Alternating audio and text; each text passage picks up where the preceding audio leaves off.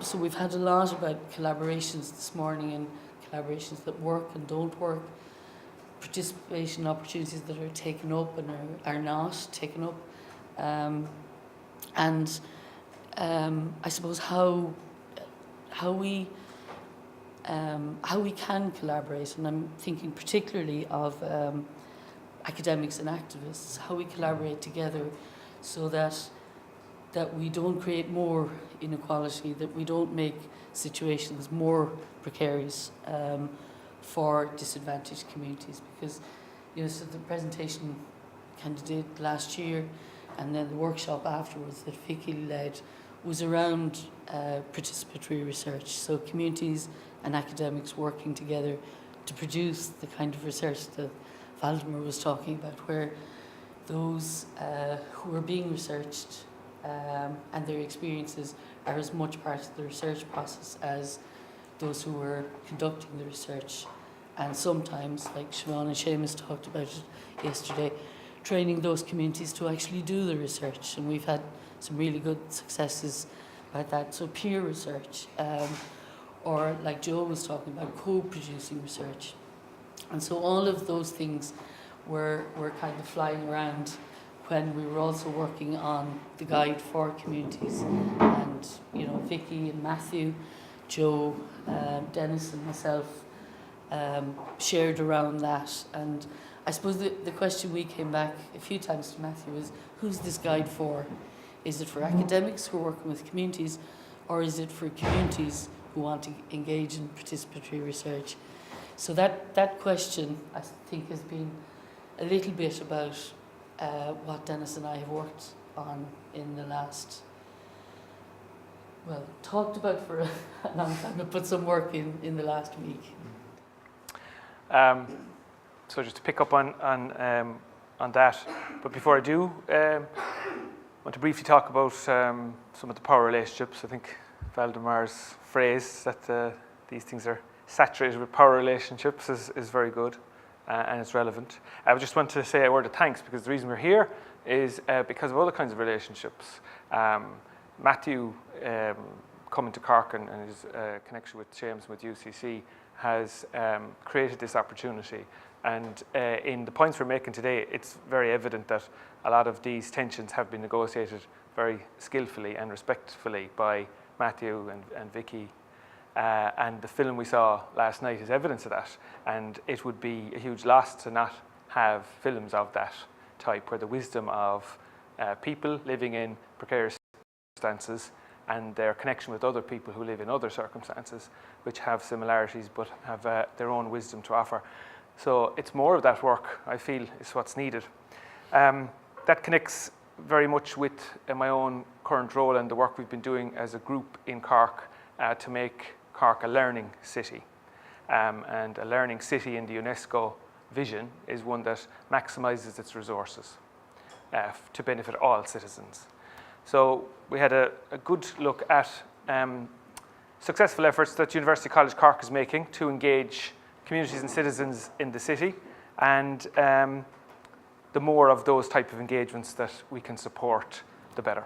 So some of our work on this and the points we're making today are suggestions or offerings to see may they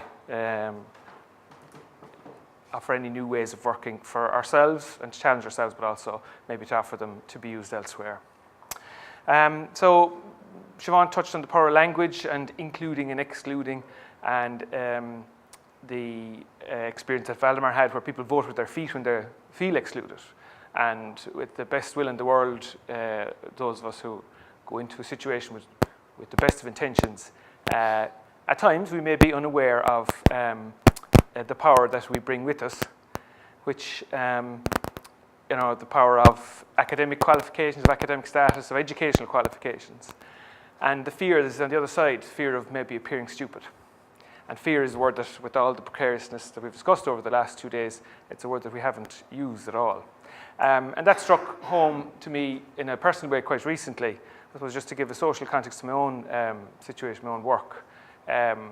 My family, both sides, grew up in circumstances quite similar to those that Matthew's dad was telling us about in the film. One side of the family was in social housing, the other is comes from an agricultural scenario. But they lived in precarious circumstances when they were growing up.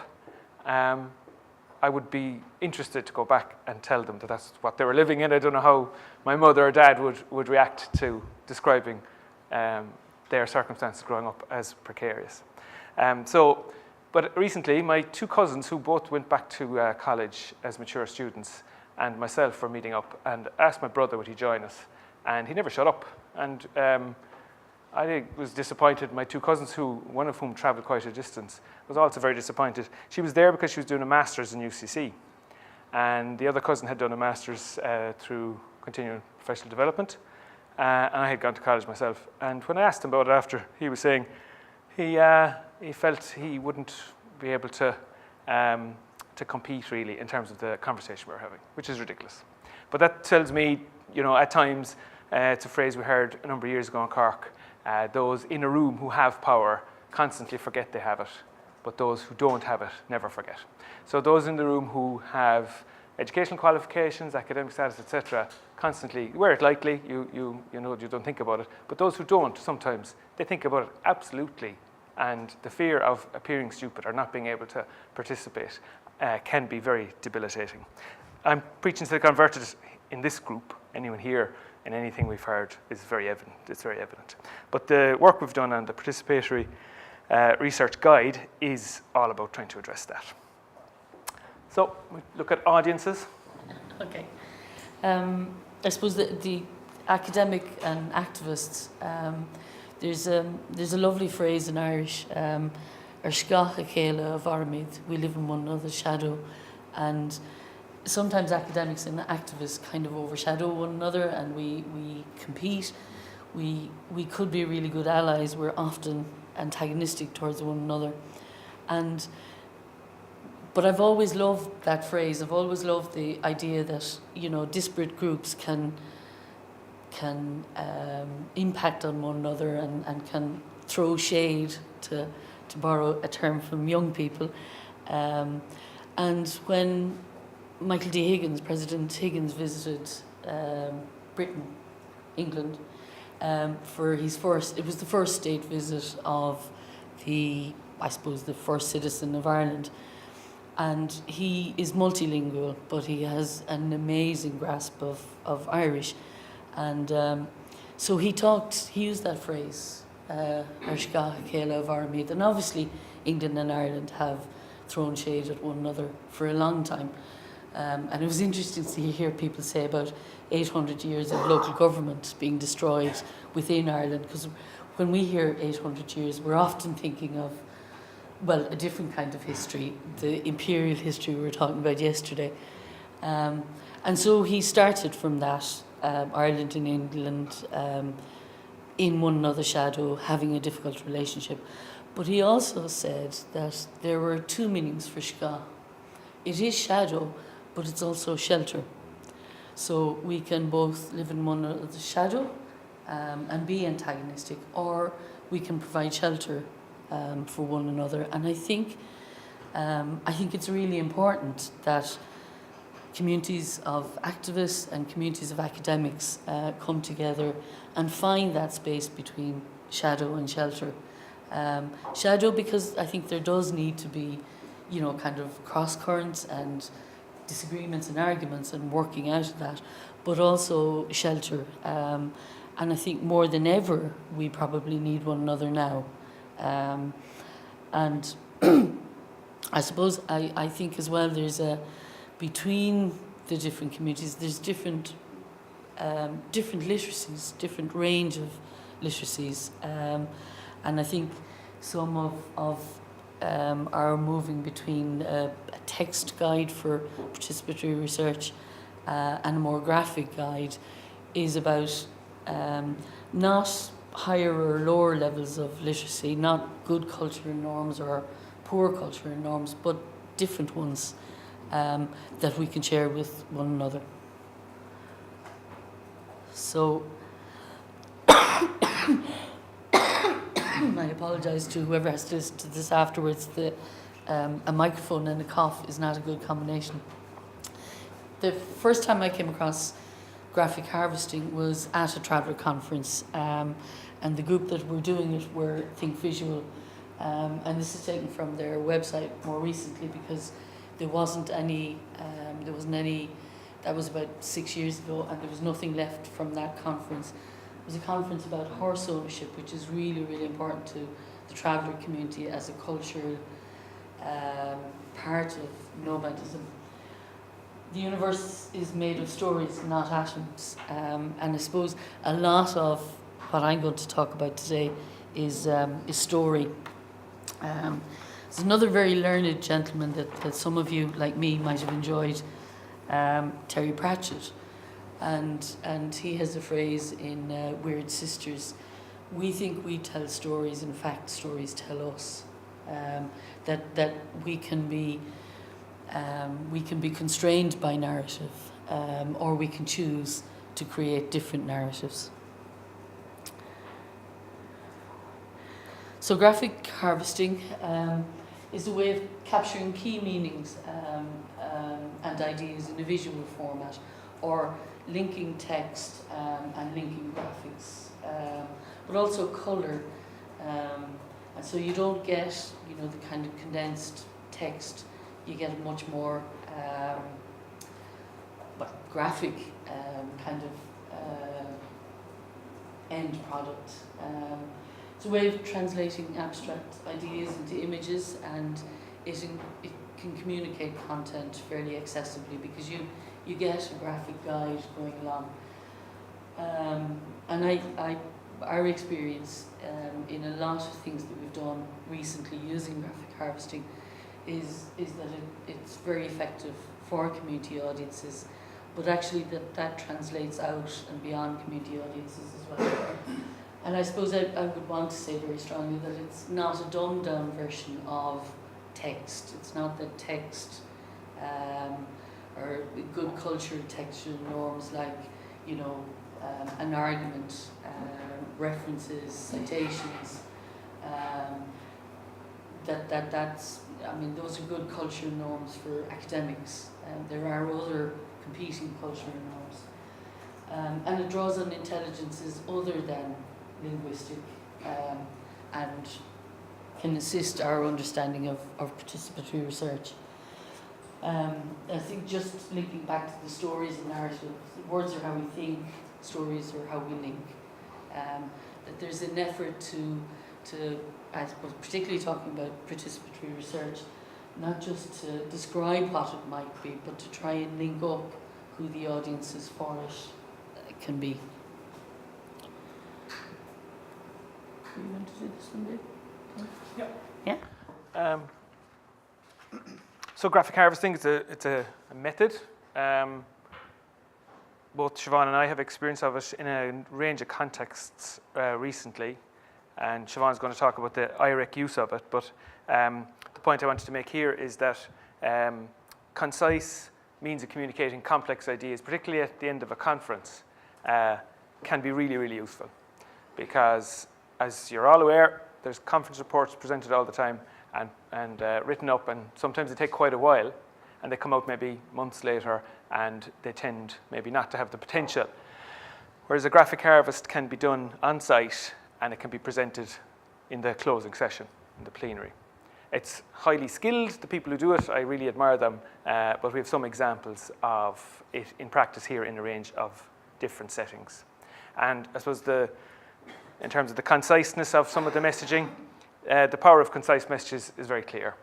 The power of a simple message like lock her up, or any of the Sun headlines can have an immediate impact with an audience in a way that a more complex understanding that a longer piece needs. So to maybe use the need for conciseness, but to use it in a different way to convey more subtle and nuanced arguments is a useful thing from our point of view. So. Okay, this is from IREC. You can see it over there in the corner. IREC did a consultation across Ireland. This is the Cork one. And IREC are the Irish Human Rights and Equality Commission. And this kind of graphic harvesting, it was called Have Your Say, is how they they, in a participatory way, talk to different groups across the country about what it is the Irish Human Rights and Equality Commission need to prioritise over the next 5 years.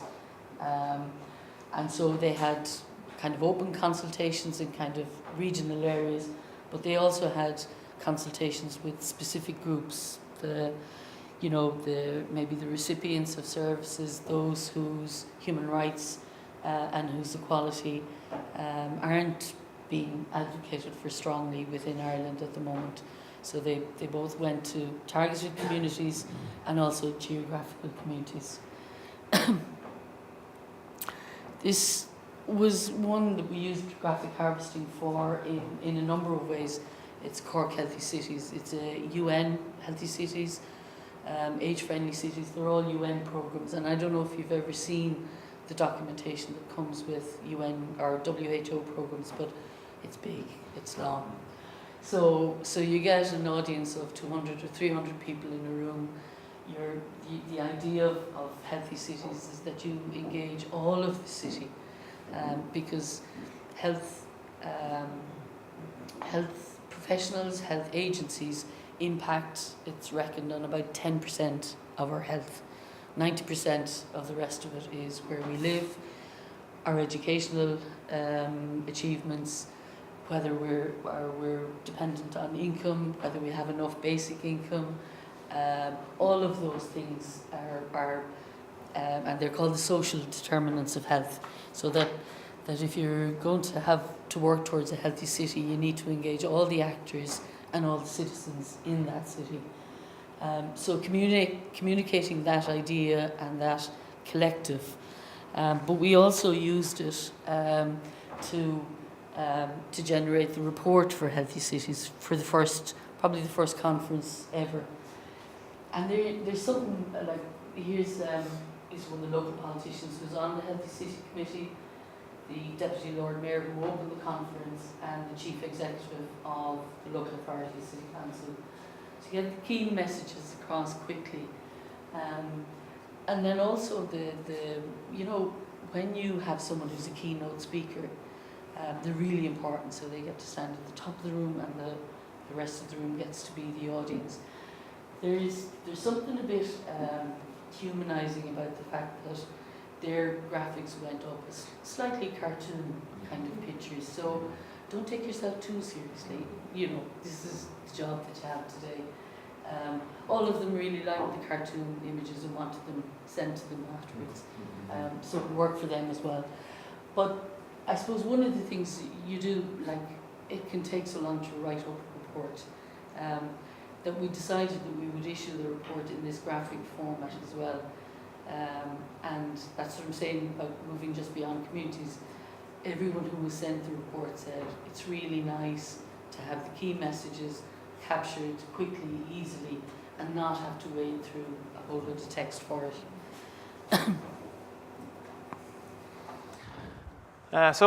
We see a different example in practice here, and it relates to elements of the learning neighbourhoods conversation yesterday. So a different way of doing a graphic harvesting was the more old-fashioned real cut and paste. So this is an example during the festival. The end product, we'll show it to you again, just to remind you, but it was in Siobhan's slides. How to build a learning community, how to build a learning neighbourhood. So the room was full of these tables, and everyone at the table here wrote something down on a piece of paper and stuck it onto the posters. And there was maybe 10 posters in all brought together, and the key messages were harvested from all those posters, and they ended up being transferred onto the final product. But a bit like Valdemar was saying, everyone involved in all of those tables, that's their poster now. So the ownership of this learning neighbourhood is spread in a completely different way. And at the table here, it made me think of our notions of citizen engagement. So typically I tend to think of there's us and there's the citizens. There's those of us who are trying to do the work, and then there's the audience. We need to get them in. At the table here are us as well as the audience. So we're all citizens. We're involved in different ways. So the two local police, community police, are there. On the left is the Healthy City coordinator for the city, but she was on maternity leave. She was there with her child, her baby. and the child who's involved just as well. There are 2 of the craft tutors in the area who come from the community but also are involved in teaching crafts. So they were all involved among the huge number involved in that particular process.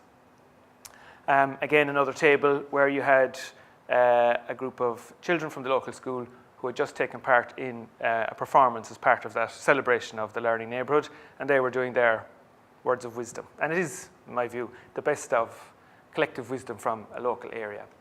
And then that's slightly stretched to fit the slide, but it's the same product, and I think Siobhan has a couple of them to offer.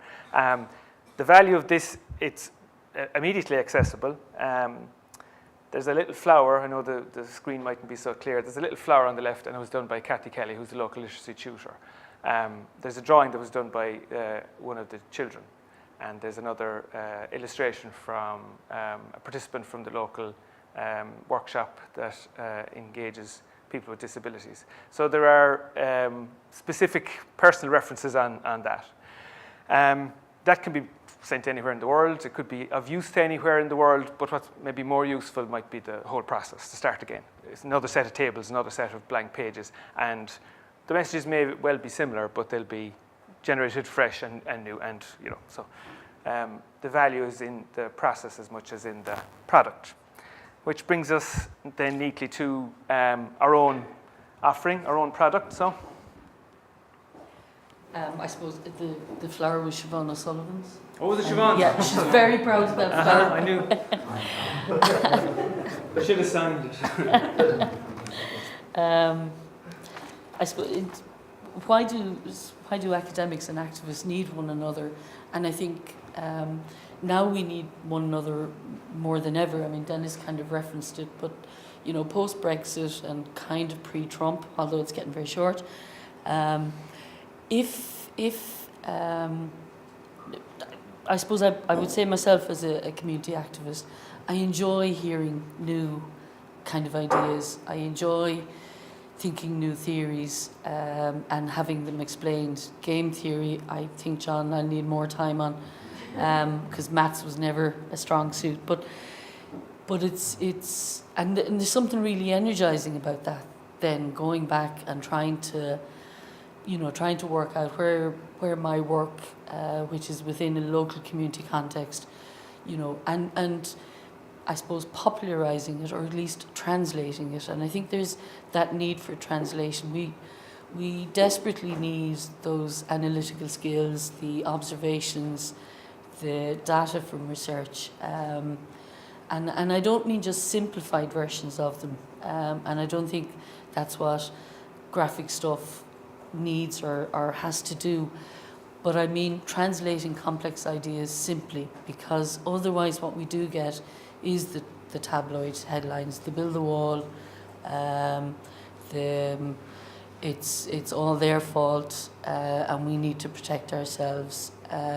So in the guide, we've kind of almost gone back to those tables in the bar in Ashington on the Sunday afternoon that Vicky, a bit like the Drawing a Learning Neighbourhood, drawing it together, and the kinds of things that were on that. The text is very much, and this is on the website, I think, Matthew, isn't it? The text is very much what you'll find, but some of the stuff around it, like the idea that activists from Brisbane, from Ashington, from Cork took part, universities from across, that there's a bit of a global perspective and who is part of that. And a bit of, I suppose, encouraging people to pick it up because it looks nice. Hand it out. Yes. So, while we're going through the next few pages, there's an opportunity just to have a look at it yourself. So we'll engage your multiple intelligences and maybe keep it flowing that way. There's some spare ones as well. So if you want to have a quick look at the cover, flick onto the inside page.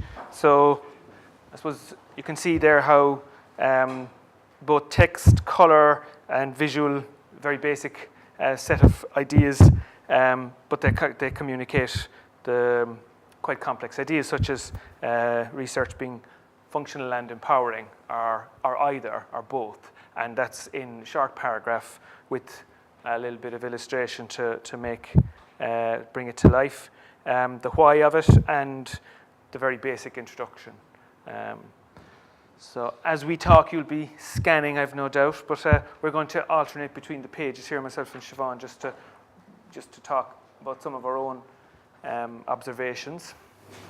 So the value of participatory research is both for communities and for academics, and they get their own little paragraph, and the academics get their hard hat, but also the kind of ideas that the two together can generate and bring together. When we sent out the article for comment and feedback, the academic article, the feedback was really useful. So the work that was done last year has real value, but also that the language was going to be difficult in terms of communicating it well across all the groups that the community groups engage with, all the target groups, particularly anyone with less than upper second level education. So we really had to take that on board, and the idea that communities were possibly that research was being done on them. I think it was the same observation you were making about collaborative approaches, and Seamus made the same point yesterday. There are certain communities in Cork who are sick of being asked, can we study you? Because it is being studied at a distance. That's the sense of it. So the issues here are just a quick way for any community group to help them make a decision about where they're at with that and whether they want to take a decision to participate or not, and what the underlying questions might be. So that, you know, the next 2 pages, they cover those issues from the perspective of the community, and this is back to the question we came back separately and together to Matthew with: who's the guide for? So how will it be used? And can it be used in tandem with kind of something else? And I suppose because we'd done an awful lot of work with Emer, who's a graphic artist, but her initial training was as social science, and so she combines that kind of artistic and that, but a grounding in social science. We decided to try out, Denis and myself, see could we work with Emer to translate some of the text guide into something that we thought we'd be able to use locally, and maybe also that you would. And so the kind of key messages, like the ethics was one that was mentioned this morning. How do communities get to shape research? What training might be required? Should that be required? What kind of finance, money always can create a kind of a bit of an issue around research, and how will that be managed? And I suppose a lot of the graphics are used as a navigational tool. It's a bit like sat-nav, so that you get to see a visual image, and then combined with the text, so that you get to your understanding is being worked on in kind of 2 ways. And like the last page, the key steps, that it actually visually demonstrates that there are steps. And they rise up from the bottom there. The visual of the steps, I think, was something that we had to do a little bit of toing and froing with the designer on, and we're happy. It was a design team of 3 in this case. But I think the point I'd like to make at this point is the same point I made earlier, which is that the end product of the participatory work done in the community setting, that fantastic How to Build a Learning Neighbourhood card, this is the same. It's the process that was involved in this may be of more use to you than the particular product. And there are fantastically gifted visual artists in every city, every community in the world who might be delighted to have an opportunity to work on a piece of text and translate it. And it's not that costly. I suppose the cost of getting the visuals done was what was it again?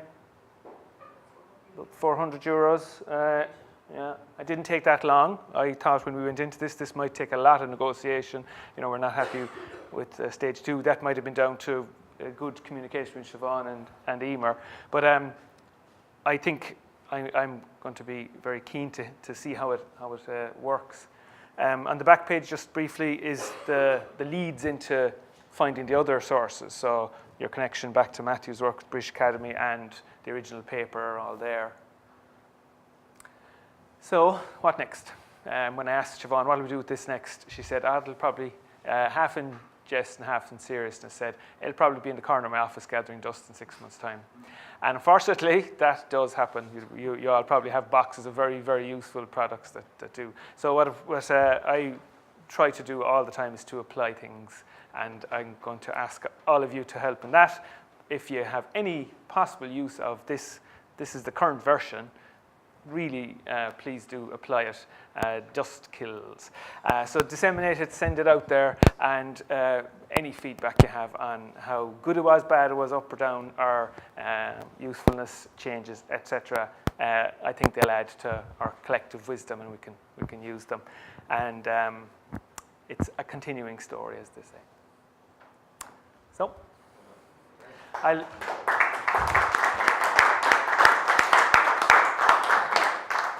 So will we say the two? Thank you. And Gaurav Mahagat. Gaurav Mahagat is Irish, as you may have gathered. So thanks very much. Well, just first off, I mean, I was tremendously touched that you'd actually done that with this, and on a personal level, I think like it makes really good use of what Vicky did in the first instance. So it's often quite a profound experience to have things made for people to actually use or whatever, rather than just to gather dust or whatever. And I think it's really impressive. So I'm very grateful to you on a personal level, the pair of you. Yeah, cheers. Any questions? Or? I mean, it's amazing, and thanks very much for making so interesting slides. It's going to make my talk look as boring as hell. So much appreciated on that one. So I have a question, which is a bit a side question to this, but as you were talking, it kind of made me think. So one of the things that we have now is digital communities. So people like myself, for example, I mean, I do all this stuff on Basic Income, and I end up interacting on things like Facebook. I actually don't do Twitter, but it could have been Twitter and Facebook and websites and things like that, and you suddenly get interacting with a lot of individual people, but also lots of communities and so on and so forth. So kind of two questions. The first one is like, how easy is it to translate the sort of the process part of what you guys are doing in a sort of a digital version? But secondly, also, like, I mean, I'm finding it very challenging. It's one thing to sort of condense your work and trying to put that forward in this sort of format. It's a very different thing trying to do that in a sort of, in a tweet or in a, like, but so you see where I'm going with this. It's like, so it's almost like there's another dimension, and this is likely going to be more and more important even, right? So I was kind of wondering, especially, from your participatory research perspective, have you any experience or any thoughts about this as well? Because that's the stuff that I deal with. Partly because I travel all the time, so I don't have a community, but my community is like digital in that sort of sense, right? And digital stuff has like I was reading stuff about John Berger in the last week or so, and kind of ways of seeing and that idea of democratizing the way that we look at art. I think digital technology has been in some ways very democratizing. I get to link into things that I probably wouldn't be able to access if Twitter wasn't there. And there's a guy who writes a blog piece in Ireland called, he's a major tweeter as well, it's called 140 characters is not enough. But one of the things you can do with Twitter or with Facebook is add the link and kind of, so you can post a link which is a lot longer than 140 characters. And I suppose Some of the kind of thing we were trying to say is, you know, that it's not so much a demand for really short, snappy kind of tweets of 140 characters. But because I think some of those messages are the ones that we find in tabloids, and they're really, really simple versions of, and sometimes, you know, that kind of post-truth and post-fact, they seem to be true, or they have a, what was it, perceived adversity. Perceived adversity. They can create it, perceived, or as someone said, truthiness. There's an air of truth about it, but in fact, you know, it's maybe not arising from like sort of real. It's not real, I think. You know, sort of using social media as a way of introducing stuff, and you can plan it, but also then tweeting links to longer stuff or posting them on Facebook, and allowing that conversation to develop there. But the other thing, just to make a brief comment, that was done recently was during the Lifelong Learning Festival.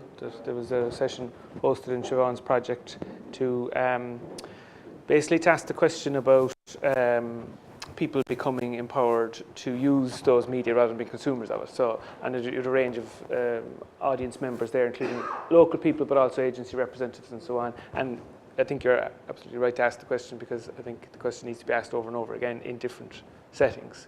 And the danger is, like a lot of media, if you are just a consumer and you haven't explored different ways to connect with those new communities that you're a part of, then we're all behind the curve. So I think your question is really useful.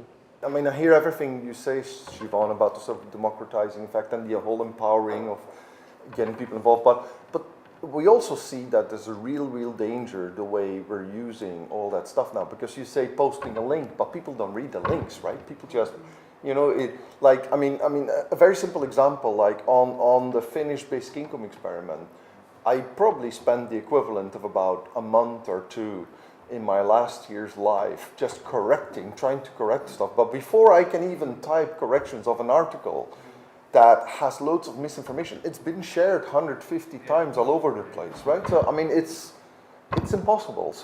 And I see that on a topic that I know about, and it scares the shit out of me, knowing that there's a lot of other information around, and I have no idea whether it's true or not. So this is the reality as well, right? So, but anyway, that's.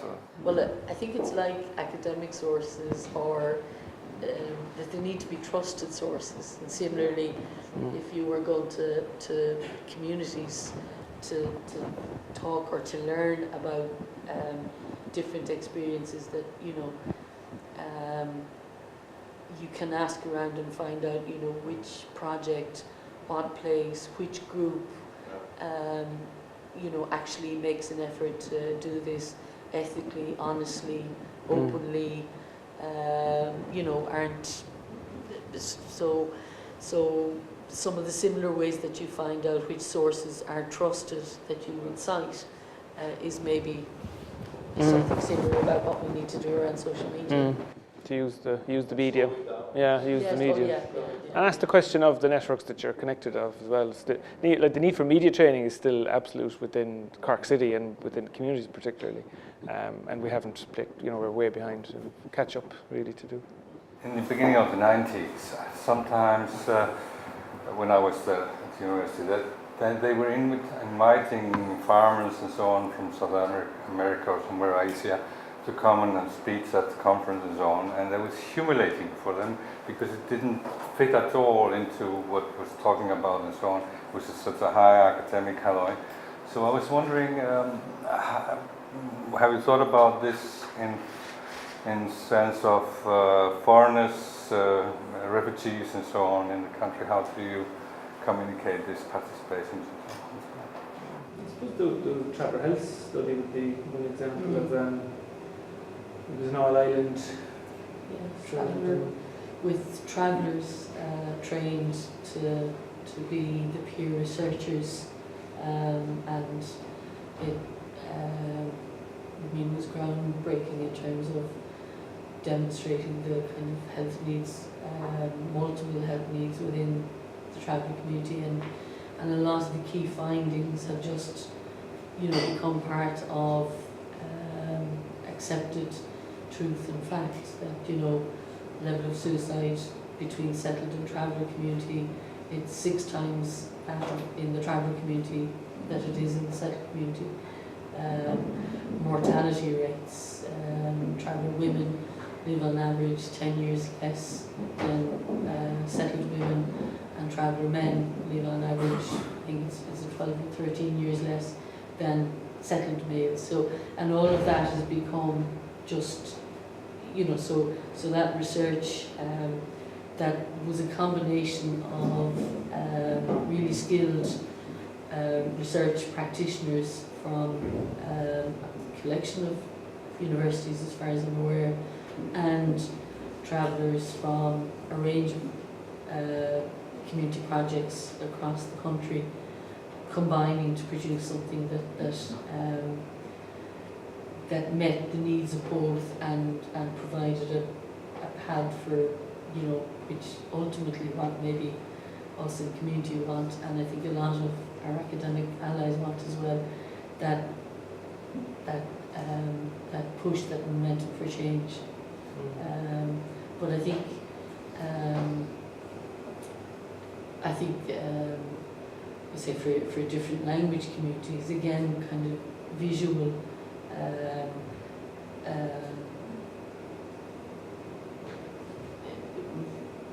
ways of interacting using graphics can be much more engaging than talking to people maybe who have multiple language communities in the formal language of whichever country you happen to be in.